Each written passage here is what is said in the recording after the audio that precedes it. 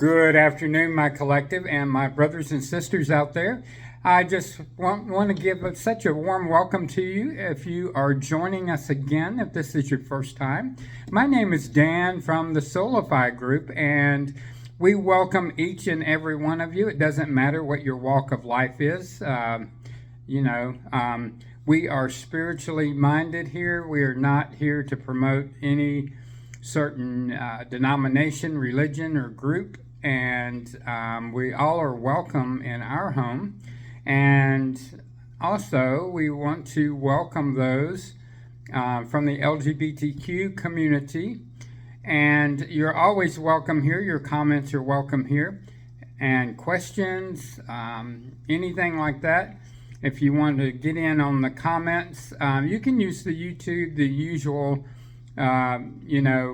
comment section, or you can write to us on our, which is a better site. It's fully encrypted, and if you have something of a personal nature you'd like to discuss, or you have questions about your spiritual healing or any aspect of it, feel free to use solify861@gmail.com. That's solify861@gmail.com. If you just have a general comment and you like to use the YouTube comment section, then go ahead and feel free to do that. And of course, we love for you to like us and to subscribe so that you won't miss any of the video uploads. And we also have some workshops coming up, as well as from time to time we have interviews that come up, and so just a variety of different programming for you. And very soon we'll be adding more and more electronic tools to our toolbox, or our tool belt, as it were. Okay, so we want to welcome all those in the United States, and also those international listeners. We have a few out there, and sometimes we love to hear from you, actually, and where you're from. And so that just gives us sort of an idea of who is tuning in. So the Solify group is committed to programming that details how to live that purposeful and not only a spiritual life, but a purposeful and a purpose-driven life, if that's what you're looking for and that's what you enjoy. And we try to do programming that can be fun as time moves on, and we do some group interviews and that type of thing. Sometimes you'll see us out in nature, actually, making our videos and recordings, and from time to time we actually see some pretty interesting things out there. So as the weather warms a little bit, you'll see us out there as well. So again, welcome. We're going to get started with our program today. And so the last video we dropped was sort of the introduction to solitude. What is solitude, and why do we need to be in solitude? And this is for the general population, as well as the light workers and those chosen ones. If you are a chosen one and you know that you are, then this will definitely resonate with you. But it will also resonate with, we pray over each video, and we ask for those to come in contact with it that need to hear the message. So I thank you all for joining us. And so for a little bit longer, we will be over on TikTok as well with the shorts. You can catch us on Instagram as well, and we don't do so much on Facebook any longer, but you can catch us in different places as well. We'll do community posts as well. So again, last week we had a great conversation on solitude, and there's a lot of questions out there because as we awaken spiritually, and we find ourselves, healing all kinds of wounds and situations that are inside of our heart, our emotional field, and we try to start to manage our energy. And it's a beautiful thing to witness someone awakening, because that person will get that aha moment, and they sort of, once they start their healing journey, because it is a journey actually, and it's so it just warms my heart so much to see that. So it's time for us to search for our purpose, the reason that we are here at this particular time, and this chaotic time, we might add. And so, whether you resonate with spirit, source, universe, God, Yahweh, as I mentioned at the intro, we do not differentiate between any kind of religion, denomination, way of life. That's totally up to you, and we welcome each and every one of you. But no matter what term you use for that higher power, sometimes we interchange the words. So just know that we understand that you may have a different walk, and that's perfectly fine. So as we were talking, we need to act upon that true unfolding purpose. And the premiere of this channel did a video. We dropped a video entitled, I believe we called it, What If I Am the Answer? And that's all about finding your true purpose, what your destiny may be, and how to get there, how to discover what that is, and then what do we do with it after that. And so, as so many times, Spirit Source brings to my mind as I meditate and as I'm in prayer, brings to me many messages as far as I was preparing this one, I thought a lot about the story of Joseph. And I know most of you know, like in general, the story of Joseph, but Joseph came from a family of, there were 12 brothers, and actually their father Jacob, you remember Jacob and Esau, so Jacob was the father of Israel, was actually called Israel, and these were what became the 12 tribes of Israel. But anyway, I don't want to get ahead of myself. But Joseph was the youngest, and we're going to pick up the story here about the coat of many colors. And I know most people, have either read the account or they've learned the story in general. But this story of Joseph relates to so many different walks of our own life and the life of Christ as well. And so, as you know, Joseph was only 17 years old when one day his father, all the brothers were out, feeding the herd. Jacob, his father, had many lands and had, many sheep, cattle, and different things. And so the brothers were out one day feeding the animals, and so it was a great distance. So his father asked Joseph to go and find his brothers to see how they were getting along, were they about finished, and all of that. And so before this particular day came up, Joseph dreamed many dreams. And he was very good at interpreting the dreams later on. But one of the dreams he dreamed, which was actually the second one, was he told his father and some of the brothers that he had a dream where the mother, the father, and all the brothers bowed down to the ground to him. And what could that mean? He was perplexed as to what that could mean. So the brothers were already very disgruntled with Joseph. And as the story unfolds, you'll see this disgruntled feeling turned into a lot of other emotions. And so Joseph was a very young boy when Jacob, his father, was very old in age. I believe the scripture says 130 years of age Jacob was. And Joseph was 17 years old, which was just a teenager, just a lad, right? And so the other 11 brothers were all feeding the sheep and tending to the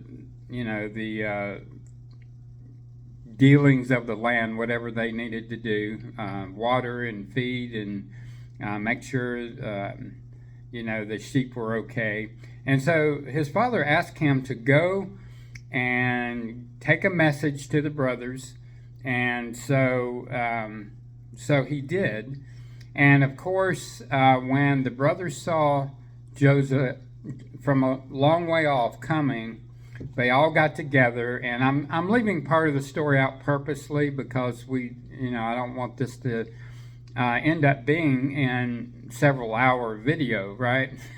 We try to make it brief if we can, just to be able to, on YouTube, it seems that we can hold the attention a little bit better, 50 minutes or so.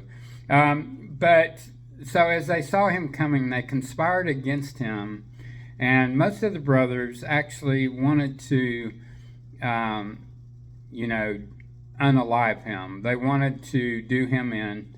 And for many reasons, there were the dreams that correlated possibly that Joseph would be a mighty man one day, that he had a purpose that God was going to bestow upon him, although they didn't know that at the time. That's coming from Joseph.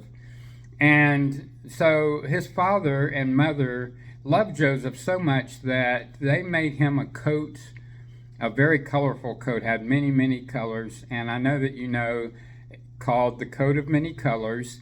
And actually this coat was a sign of royalty, the way it was constructed and the way the colors were.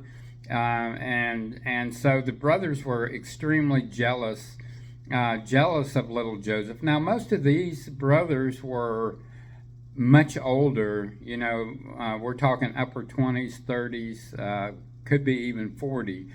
It's helpful to know that Jacob, Joseph's father, had several wives. So all of these brothers were like, some of them were half brothers from other women.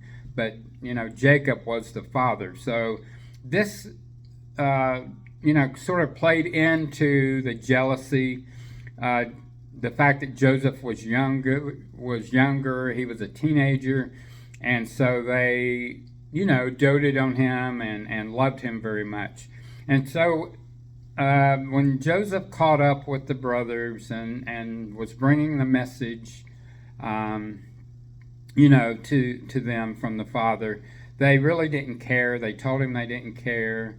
And then they brought up the dream again and said to him, "What do you think we're going to bow down to you?"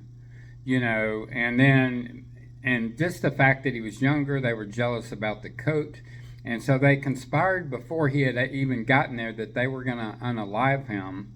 And so Reuben, the name of the eldest son, Reuben told the brothers at that time, "Hey, let's not unalive him. Why don't we throw him into a pit here?" There were many pits along the way that were used actually as old wells that had gone dry. And so they decided that they were going to, bodily take him into their custody. So they ripped the coat off of him. They actually ripped the coat into many pieces, and they threw Joseph, to make a long story short, into the dried up well, without any water, without any food, and they were just going to leave him there and let him starve, or let an animal, take care of him. And so as time went on, the days went past, and of course, Joseph did not go back to the father like he was supposed to. He was just there to relay a message, right? So they decided that they were going to sell him as a slave. Now, keep in mind, this was their brother. So we're going to talk about some of the emotions that these men had and what drove them to come up with this plan. It was Reuben that said, "Hey, let's not lay a finger on him because it will kill our father." That's his youngest son, and I think they even said that was his favorite son. So that led to even more envy and jealousy and so forth. We're going to talk about that in just a minute. But of course, as the story goes, we're going to speed up here the story. So there was a band of Ishmaelites that were coming through to trade all their wares. So the brothers decided that they were going to sell Joseph as a slave. And by the way, they sold him for only 20 pieces of silver. To make matters worse, that you would even sell your family member. But anyway, moving on along, so the owners took him on into Egypt, which was a far away from Canaan, right? Their lands were in Canaan. And so as the story goes, soon after Joseph left, the brothers decided to not only do this to their brother, but they decided to lie to their father, of course. And so they killed a goat, a kid, a baby goat, and then dipped the pieces of the coat of many colors into the blood, and they took one piece back to their father, and they sold the other pieces to the highest bidder. So, this is quite a story. Their younger brother did nothing wrong. He was doing the will of his father to deliver a message. The brothers decided to sell him into slavery, ripped off his coat, tore it into many, pieces, and sold the pieces to the highest bidder, less one, to dip it in the blood and take it back to the father. They lied to him and said, "Look, I think a wild animal must have gotten him, and this is all we could gather." There weren't any pieces. And so, of course, the father was heartbroken, and he said, "I want to go down to my grave. It's just got my heart." And so later on, of course, Joseph made it into Egypt as a slave. He was, an Israelite and a Hebrew. And so before long, he wound up in Potiphar, who was a very powerful governor of Egypt. Not the Pharaoh, but one down from the Pharaoh. So Potiphar saw that Joseph was very intelligent, and he carried out every task that they made him do as a slave with beautiful precision, and never complained, never caused any problems. So Potiphar put him in charge of all of his house, his royal household. And before long, Potiphar's wife wanted Joseph to sleep with her. And of course, Joseph, said no. He had high morals. His family raised him correctly. He had, one of the highest morals. Of course, the children of Israel had a law that they prescribed to. And so this happened several times until finally one day Potiphar's wife grabbed the garment of Joseph, and it came off of him, and she held on to it, and then told the story to all the, the military people that were in and around the household that he had tried to have his way with her forcibly. And of course, to make a long story short, they threw Joseph in prison. So here, just let your mind wander. He was just a teenage boy doing what he was supposed to be doing. Now he's a slave. Now he's in prison for something that he didn't do or even think about doing.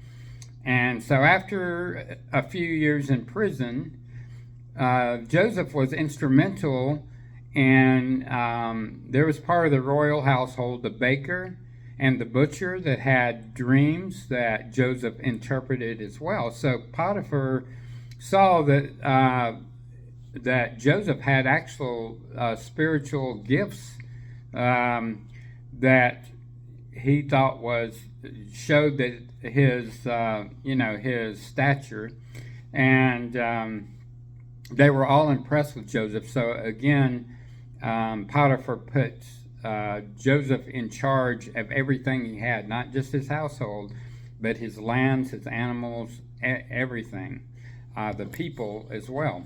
And so, and then to make a long story short again, there was going to be 7 years of plenty in Egypt, and then followed by 7 years of famine. And we all know the story that had it not been for Joseph that came up with a beautiful plan to save all the grain and yet still sell some grain that kept Egypt going all these years. And we're going to see at the end of the story, if you want to read that in the book of Genesis, it encompasses about 10 to 12 chapters, so that's why I'm not reading it for you. And so, to make a long story short, it was only when Canaan was in famine as well, the whole land around that region, and they were starving actually, and so the 11 brothers, the father sent the 11 brothers to Egypt because he had heard that they had food there that you could buy. And so he sent there not knowing that Joseph was in charge of basically the country of Egypt. And at first, they didn't know who Joseph was because Joseph left when he was 17, but he was now in his 30s. And so his looks were changed a little bit, and the story goes on, but Joseph actually knew who they were, of course, and wanted them to prove where was the 12th brother at. And so they had to go back and forth between Canaan back to the father to prove, to come up with a system to prove where the 12th brother was, because they didn't want to, of course, admit the real story that had happened. And to make a long story short, since we're not going to be reading all of it for you, in the end, Joseph and his brothers were reconciled only after the brothers realized who he was. And of course, they begged his forgiveness. And not only did Joseph feed them, he treated them like royalty in the palace. It's a lesson for all of us for many, many reasons. But on another video, we're going to intricately go into all of those lessons from the story of Joseph, because I think if we could put that into our heart, if we could understand, where, God is coming from, spirit, source, universe, in all of our lives, our lives would be greatly enhanced if we could, put that into our heart and understand. Now, we talked, we wanted to talk a little bit about those emotions those brothers had. They had all kinds of hatred, anger, jealousy, envy, all these things, because they were looking at what he had. They wanted what he had. They wanted to take what he had. They wanted to actually take his place. And so, especially after he told the dream that he had, and it was interpreted, and then they sold him for 20 pieces of silver. I mean, let's think about that. Think about that story for a minute. How many of us today covet something someone else has? How many people have we heard about that has all these things, and look what it led them to do. Actually, most of the brothers wanted to unalive him. They didn't even want to just throw him in a pit. Okay? So, we need to call upon the divine and listen to his or her voice, whichever you resonate with. And I know of people today that have envy, that want to, you can't, as we talk about our purpose, as we talk about the things we have in our life, when we talk about who we marry, whatever it is, look, we need to cultivate that love within our heart. I'm talking about love from your Creator, love from the divine. And here in just a minute or two, we're going to talk about what exactly is love. Many people misunderstand even what love is. So if we don't even know what love is, how can we have it? How can we take it for ourselves, right? Well, today, I just want to, it's been on my heart and on my mind.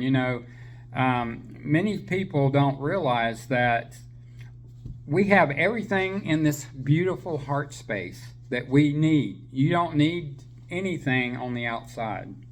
Nothing. You got your source energy, universe. You have all your spirit team that's in here. You have your inner soul. Remember, we are a spiritual being having a human experience, not the other way around. We're not human and we just decided, well, some of us might have a spiritual experience if you want to. No, that's not how we were created. We were created a divine, spiritual source universe that just happens to be having a human experience. We need to go, brothers and sisters, we need to go into ourselves, connect with that inner soul, connect and observe, reflect. What purpose is it that God, Spirit, Source, Universe, is trying to give us? This isn't some laborious thing that you're not going to like. You're going to love it. This is where your passion is. You're going to automatically resonate with it because this is what you're here for. This is what you were created for. This is why you're here, right here on this planet. I get very passionate about this because I went through this long journey long ago, and different parts were revealed to me at different times, as with some of you, I'm sure that's true. But if you don't know, get to know the Creator, get to know your source, what you resonate with. And I'm not here to tell you what your core beliefs should be. Not at all. So, we need to ask Spirit, we need to ask our divine to give us that, heartburn. We need to ask our divine team to give us that spirit of optimism, of hope, of positiveness, of being able to love each and every person that comes in contact with us. There's many people, and I know some people scoff when I say this, but it needs to be said. There's many people that our spirit source universe puts in our path to see what we will do. And many of some of these are angels that you're talking to. Some of these people are placed purposely in your path to see, are you going to help them? Are you going to love them? Are you going to talk soothingly to them? Are you going to try to reach out to them, the people that are in need? This brought on another idea in my spirit, brought another story in my mind, was about Peter. You remember the story of Peter when he walked on the water? It's found, I believe, Matthew 14, if you want to look that up. But it was right after the Lord fed the 5,000. You remember that story? And so he was very tired, and so he went up to the mountain to rest. And he told his disciples, you guys go on out, yourselves in the boat and fish and whatever needed to be taken care of. And so lo and behold, it got to be night. And so Jesus came down off the mountain. It was toward dawn, but it wasn't quite light yet. And so as the disciples were out on the boat, a big storm came up, as many times it does out on the water, if you're used to the water. And so there was a figure approaching the boat from a way off in the distance. And the disciples thought it was a spirit, some kind of, spirit walking toward them. And they called out, who are you? Right? They were frightened. They were, all of them, looked one from the other, couldn't figure it out. And finally, Jesus said, it is I, your master. And so Peter answered up, is it really you, Lord? And so they saw that he was walking on top of the water toward the boat. So Peter said, if it's you, ask me to come. Can I come to you? Can I get out of the boat and walk toward you? Now this is key here, folks. So many times today, we wait on God, right? Spirit, source, universe, to come and save us, right? We wait. We're sitting here waiting. We can't figure out what our purpose is. We can't figure out how to get started. We can't figure out what we're supposed to do.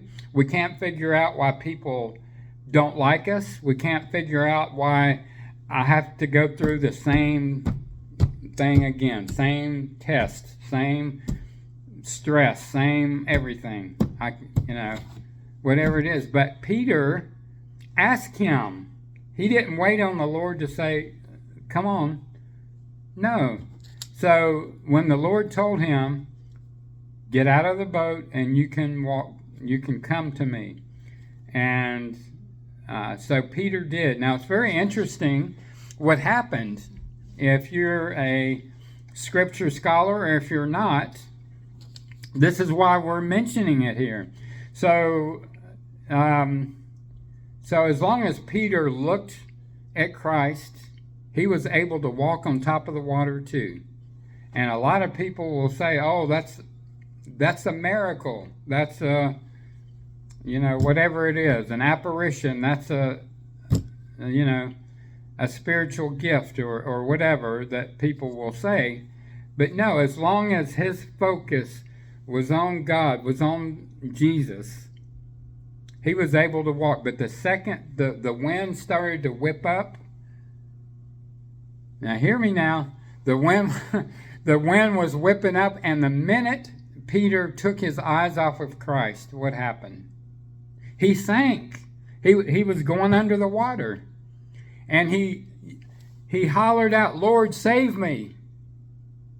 And of course, we know the end of the story, that, Jesus pulled him up. He got to the side of the boat, pulled himself up, and of course he was drenched and wet, and he got back into the boat. And immediately, the minute Jesus got to the boat, guess what happened? The storm subsided, the winds quit blowing, and it was like it was a normal night again. Now, what can we gain from this story? There's several things I want to call your attention to. Is that how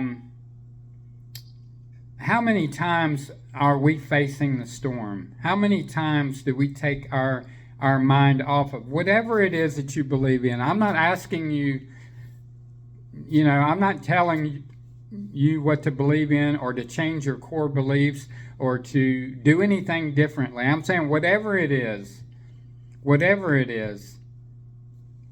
when we take our eyes off of the prize, when we take our eyes, divert it away and look at the storm, and we pay attention to the storm only, what happens?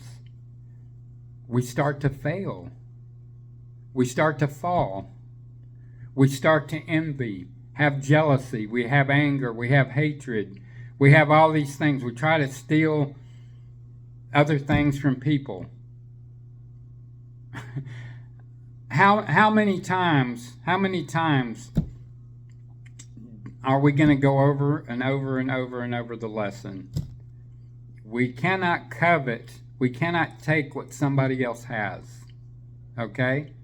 Because I'm thinking specifically of your purpose, your destiny, your journey, because what happens? Let's talk about what happens when we do that.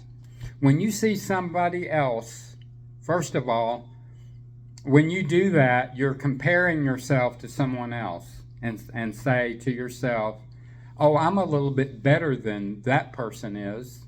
I deserve to have that. I think that should come to me. So what happens when we do that? We circumvent the beautiful gifts that God has given to us. So the world is going to have to go without. The world is going to do without because you're not, trying to find out what your purpose is. This other person is working their purpose, but you want that one too. When if you just would have followed the plan and decided what your purpose was, guess what? Everything would work like clockwork. The world would be not languishing anymore. Because what you do, what you're capable of, no one else can do. No one else can do. And furthermore, typically, when you're jealous of someone else, what they have, whether it be their money, their spiritual gifts, or spiritual power, whatever it is, if you want to define that, their purpose, the reason they're here, their house, their car, on and on and on and on and on. This is why the Lord tells us, Spirit, Source, Universe, whatever you resonate with, tells us, look, get out of the matrix. The matrix, the outside, not being in the heart, but being on the outside, has nothing to offer you. It has nothing to offer. Many years ago, I decided to get out of the matrix, to quit paying attention to it, to divorce myself from the matrix. And sometime I'll drop a video on how to do that and what the matrix means, But this is where fear, doubt, worry, anxiety, despair, all of those low vibrational, dark energies are at. And yes, we all have dark and light within us. That's true. But as you start to heal, all that's wrapped in darkness is suddenly going to come to light. You are the city set on a hill. You are the one that's shining like a bright beacon up on a hill to draw all men to you, draw all women to you, whatever the case may be. Well, So we need to ask God for the spirit of optimism, hope, not pessimism, not woe is me, and go through the same pathway over and over, and then wonder why our life is messed up.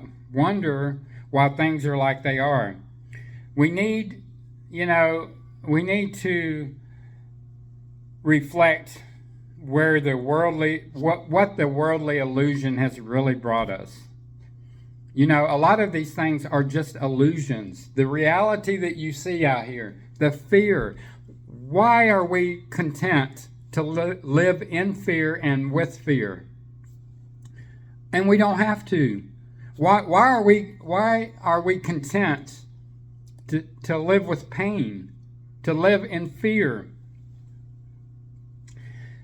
My brothers and sisters, connect to those higher frequencies. Manage your energy, okay? Manage your energy. We need to discover the difference of living inside of this beautiful heart space and living outside. What are the differences? When we live outside, all we're going to have is grief. That's all you're going to have.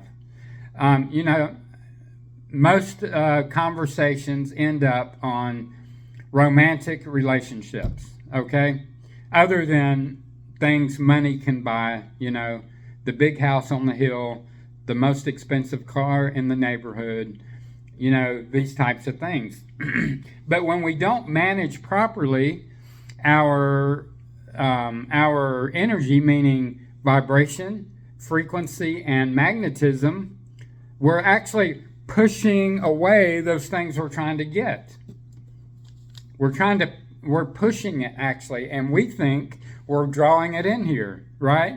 We do all the things the internet tells us, right? We write things down, we journal, and I'm not knocking that at all, so don't misquote me. Journaling is actually one of the best things you can do.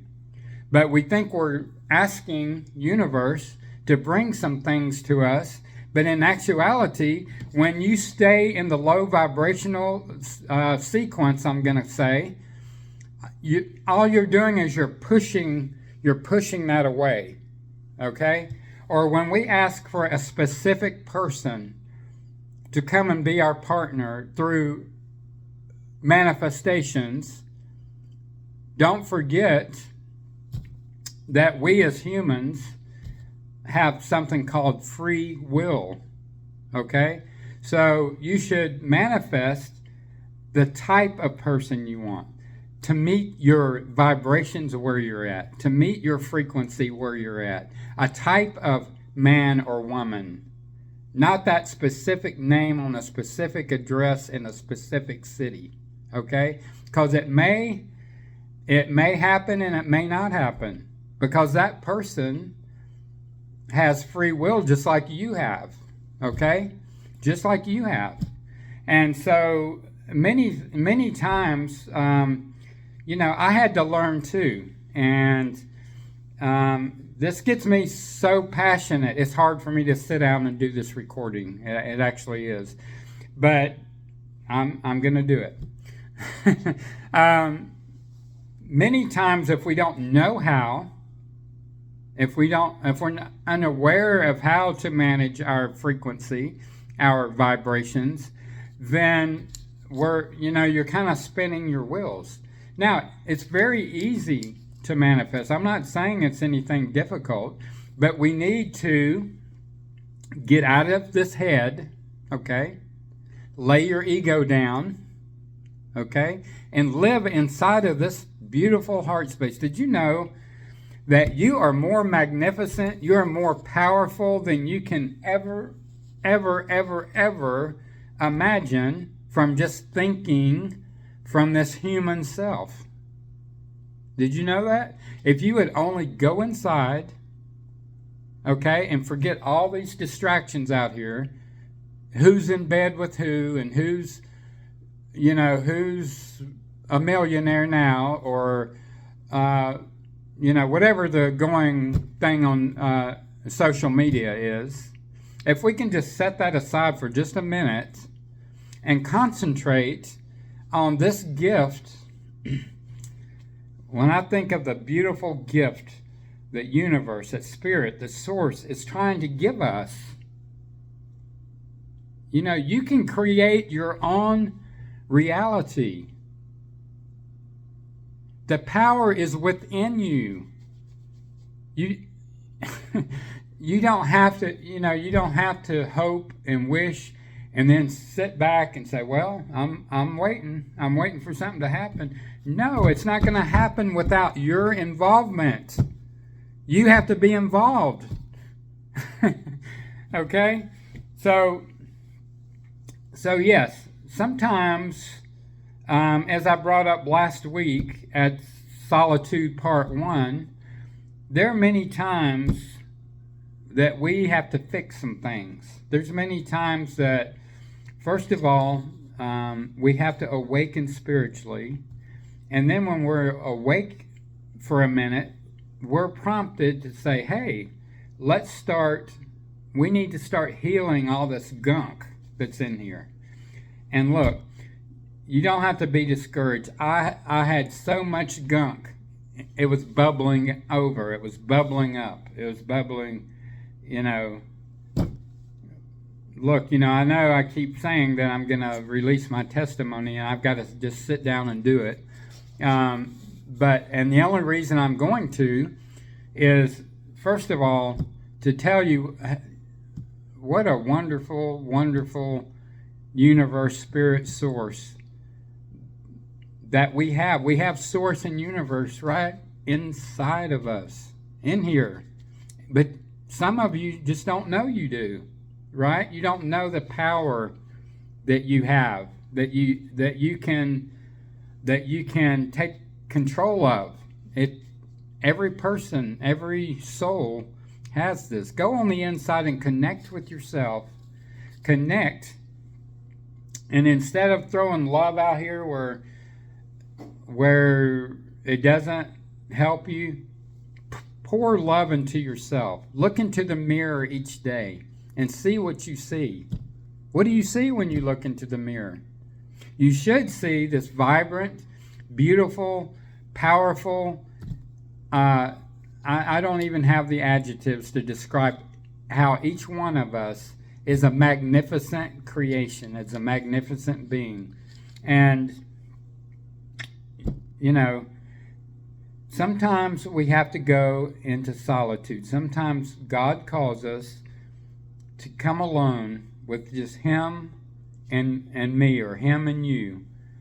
And last week we talked about Moses a little bit. Moses had to spend 40 years in the wilderness and then 40 more years in the wilderness with the children of Israel, right? 80 years he had to spend. What about Jesus Christ? Jesus Christ spent 40 days, and what did he have to do? He had to be proven, right? The 3 temptations, you remember that? Which was, I'll have to say, at the onset, it was not easy. That was not an easy test, right?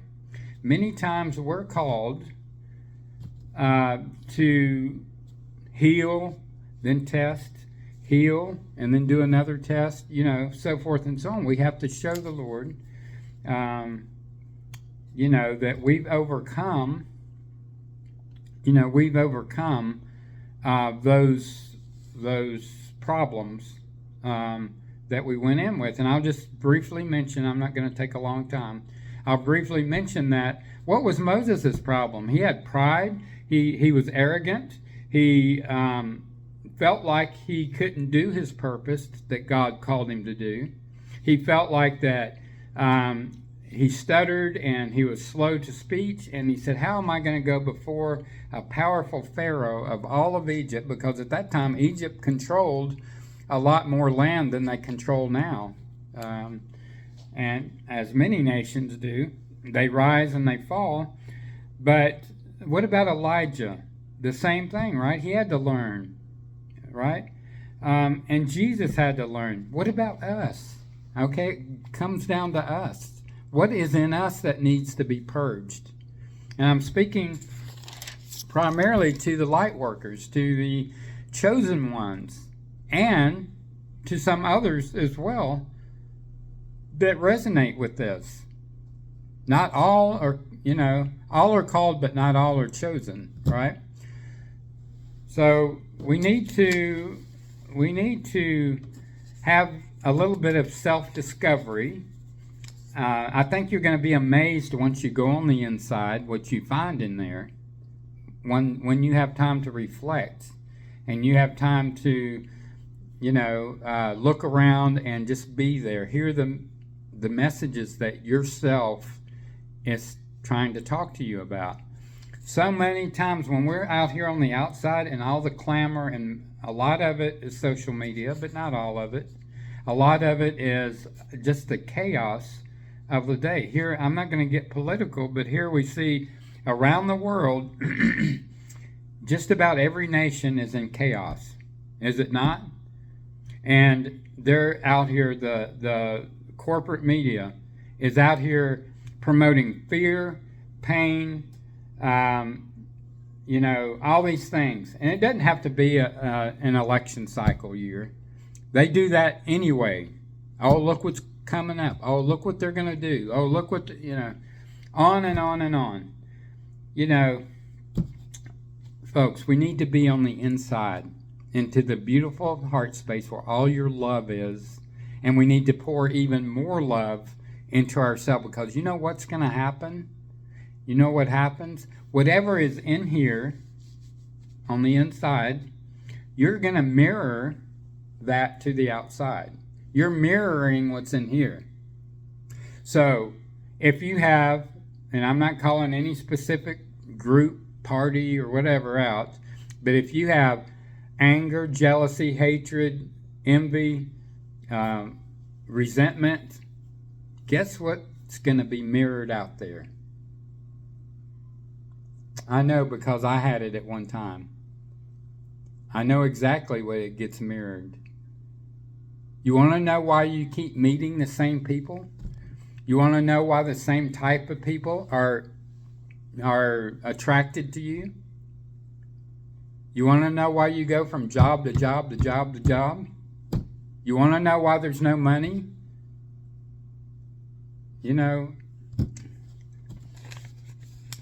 Guys, I'm talking to myself more than anyone else, but it's time for us to get our life together. It's time for us to come together as a collective. And I see some amazing things happening in our collective. I see the energy rising so fast that it's hard to keep up with it, right? It's splitting, okay? And at the same time, I'm very, very encouraged. I'm not at all discouraged of one little bit. I know it may sound like in my compassion and passion for this subject, but I look out in the landscape, here's what I call it. As I talk to people and meet many, many different people, I see hurting souls. I see people scratching their head. They can't figure out why somebody left them and they can't find anybody, or their children left them, or maybe your country is falling apart. Maybe, spiritually, politically, socially, in every other way. There's tangible reasons that things are going like they're going. We need to wake up. We need to awaken spiritually. We need to move toward that beautiful transformation that's going to happen. Test your beliefs. And again, I'm not here to tell you what your core beliefs should be, but I'm saying test each one of them. If it's something that was, indoctrinated into you as a young child, and you don't believe that certain thing, get rid of it.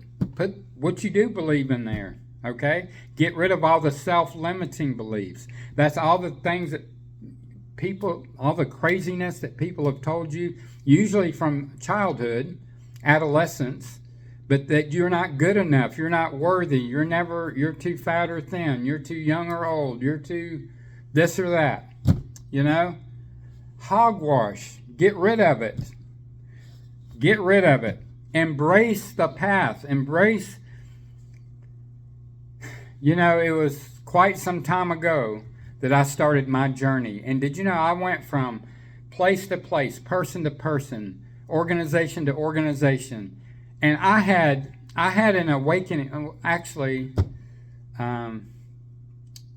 probably 3 to 4 awakenings before I finally got, you know, to where I can say, okay, now I get it.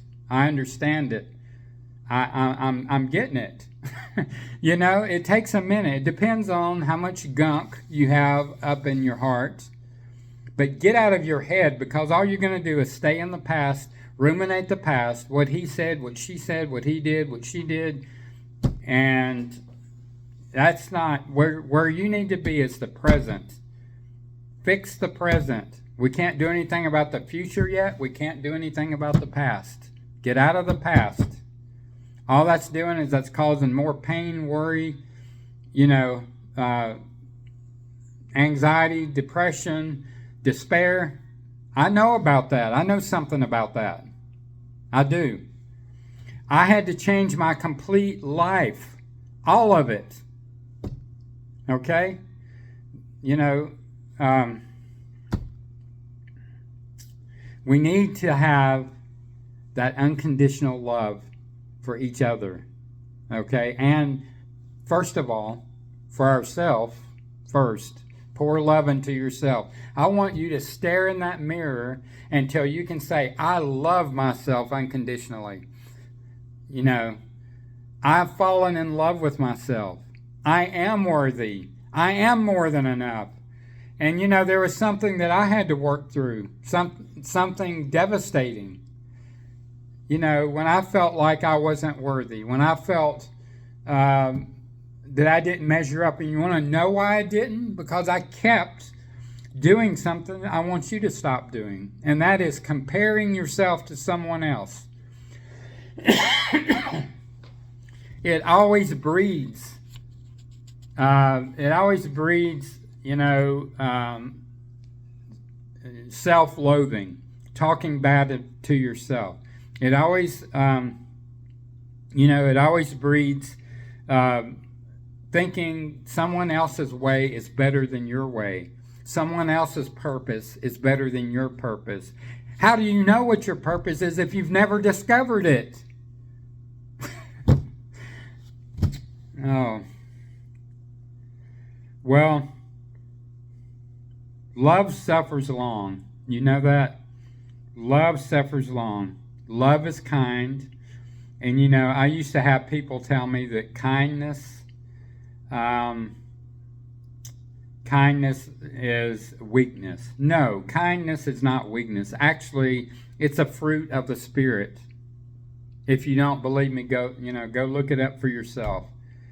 Being kind is one of the strongest things that you can do.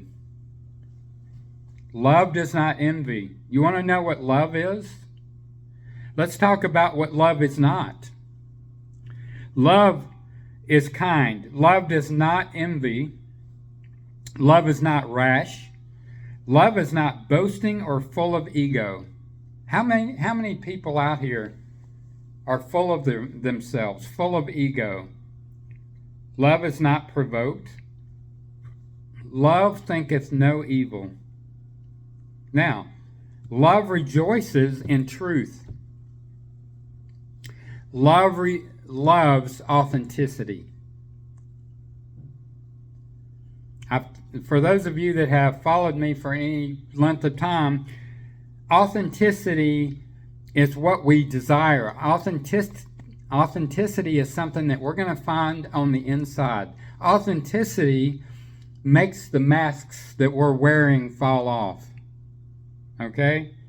Love, brothers and sisters, never fails. Love never fails. Even though I might have all the faith to move the mountain, how we always talk about it. Faith, we need to have small as a mustard seed so we can go out here and move mountains, right? But if I don't have love in my heart, I'm nothing. None of that matters. Nothing matters. We can give everything to the poor. We can talk about how we want to help humanity. We can talk about, hurricane victims. We can talk about third world countries all we want to. But you know what? If we have hatred, anger, resentment, envy, if we covet everything somebody else has, guess what? It profits nothing. Nothing. I implore you, rest in the grace that God, Spirit, Source, whoever it is that you resonate with, is giving you. It's a free gift. He gives you. Here, take the free gift. Is grace. That's how we live each day. Don't live in fear, my brothers and sisters. Give it up. It's an illusion. There's no such thing. But this world, being out here on the outside, it perpetuates even more and more and more of it. Fear perpetuates despair. It perpetuates depression. All these things. Don't live in fear. Don't adopt fear. Get rid of the pain. Release all of your worries. Don't compare yourself, as I have already mentioned, but all this does for you is it breeds insecurity. This is what it breeds. Insecurity, which leads to fear, to pain, to doubt, to suffering. That's what happens.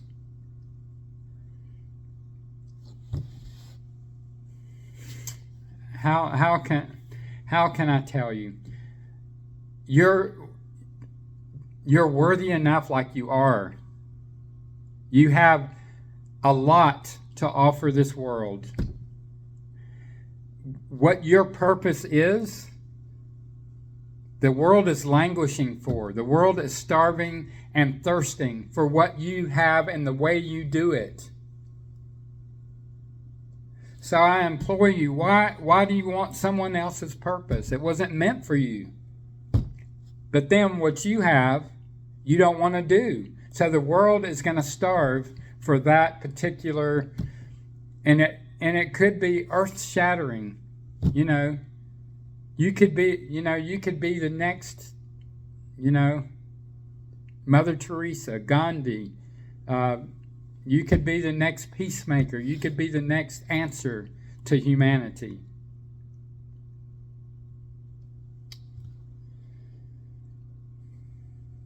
Remain faithful, my brothers and sisters. Seek after authenticity. Don't focus on your external. You're already whole. Okay? You don't have to be made whole. You just don't know you are. It's all inside. It's all in here. Stay out of your head. Your head, your mind, is used for analytical processes. Is used for, after creativity is in your heart, you come up with all these plans. You can develop your purpose. It's not meant for you to go back to the past and say, oh, this, and I was a victim. Get out of victimhood. Okay? Do not be a victim. It's a dead-end street. Okay? God, Spirit, Source, Universe has something so significant for you, for each one of you. And I've seen some of them. I have. Unbelievable things. But you have to pour love into yourself. Trust yourself. But in here, don't trust yourself out here because the world is there ready to tell you all kinds of things. Your ego is there ready for you. Okay? Ready for you. And there's something else we need to do each and every morning. Put on the whole armor of God so that you can be protected against the wiles of the enemy. You know, our fight isn't with each other.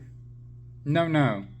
Our fight is not with each other. Now, sometimes people on the outside can be connected to the wrong place, okay? But our fight is not, our spiritual battle is not with each other as humans. It's with the enemy, okay? It's with the enemy of souls.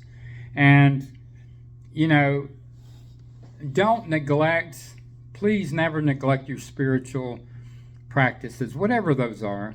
You know, be long in prayer, in meditation. Meditation does much for your soul and to keep you on the inside and to keep you connected. And this is where you're going to hear the whispers of the universe, of God, of Source, of Spirit.